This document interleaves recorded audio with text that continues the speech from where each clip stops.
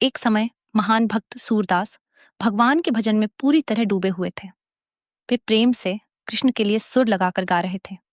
उनकी भक्ति इतनी गहरी थी कि स्वयं ठाकुर जी उनके सामने प्रकट हो गए। ठाकुर जी ने प्रेम से कहा, सूरदास, मैं आ गया हूं। सूरदास जी मुस्कुराए और बोले, मान लिया कि आप ठाकुर हैं, लेकिन किशोरी जी कहाँ हैं? ठाकुर तो कभी भी किशोरी जी के बिना आते ही नहीं। तभी ठाकुर जी बोले, वो यही हैं, मेरे साथ खड़ी हैं।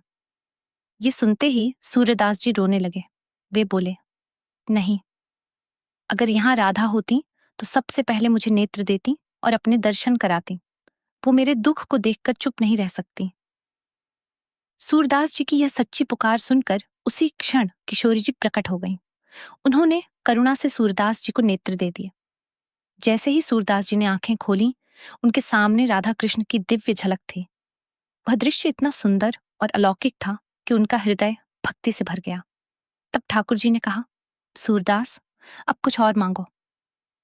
सूरदास जी फोल्डेड हैंड्स करके बोले, प्रभु, ये आंखें अभी के अभी वापस ले लीजिए, क्योंकि अब मुझे संसार में और कुछ नहीं देखना है। मेरे मन में तो बस आपके और किशोरी जी के दर्शन ही सदा बसे रहें। सूरदास जी की यह बात सुनकर राधा कृष्ण प्रसन्न हो गए। यह कथा हमें सिखाती है कि सच्ची भक्ति वही है जिसमें भक्त को भगवान के अलावा कुछ भी नहीं चाहिए। जय श्री राधे कृष्ण।